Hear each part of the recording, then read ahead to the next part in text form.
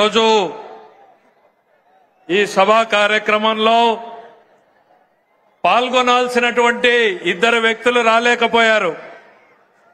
యువగళం నాయకుడు, యువతరాన్ని నడిపించినటువంటి నాయకుడు శ్రీ నారా లోకేష్ గారు ఈ సమావేశానికి ప్రధాన వక్తగా రావాల్సింది.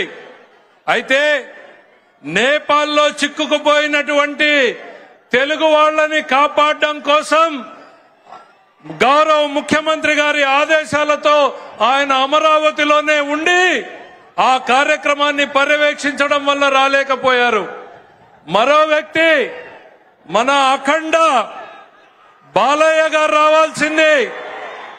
ఆయన అనారోగ్యంతో ఆయన ఆగిపోవాల్సినటువంటి పరిస్థితులు వచ్చినాయి.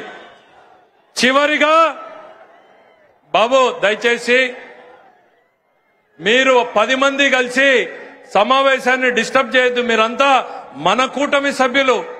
ఈ సభ మనది, విజయవంతం కావాలి. దయచేసి జెండాలన్నీ దించండి ప్లీజ్.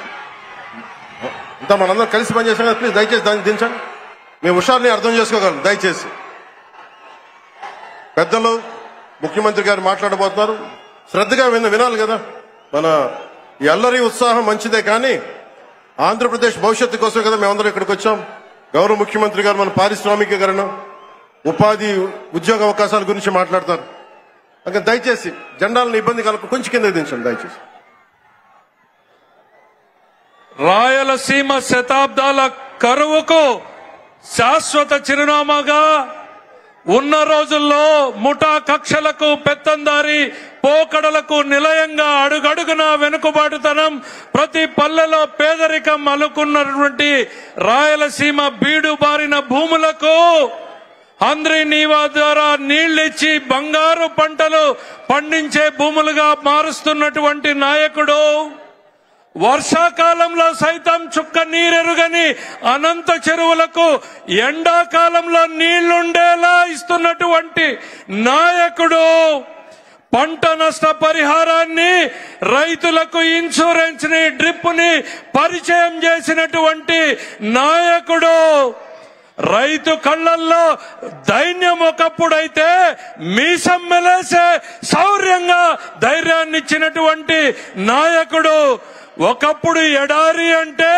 నేడు గలగల పారే జలధారి రాయలసీమ అన్నటువంటి నాయకుడు, పరిశ్రమలు ఒకప్పుడు బాబాయ్ అంటే ఇప్పుడు బాబున్నాడు అంటూ వస్తున్న పరిశ్రమలు, కత్తులు పట్టిన చేతులకు కంప్యూటర్లు ఇచ్చినటువంటి నాయకుడు, రాయలసీమ ప్రజల భవిష్యత్తుకు ఆశాజ్యోతి, సీమ ప్రజల ఏకైక ఆశాదీపం, రాయలసీమకు జలహారతి పట్టినటువంటి నాయకుడు. మీ పేరు తలవని ఊరు లేదు, మీ పేరు తలవని గడప ఈ సీమలో లేదు.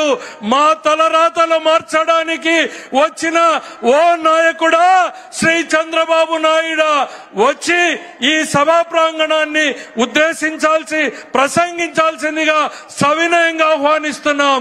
దయచేసి ఆ కిందున్న వాళ్ళు కూడా పైన వాళ్ళు కిందకి దిగాల్సిందిగా కోరుతున్నాం.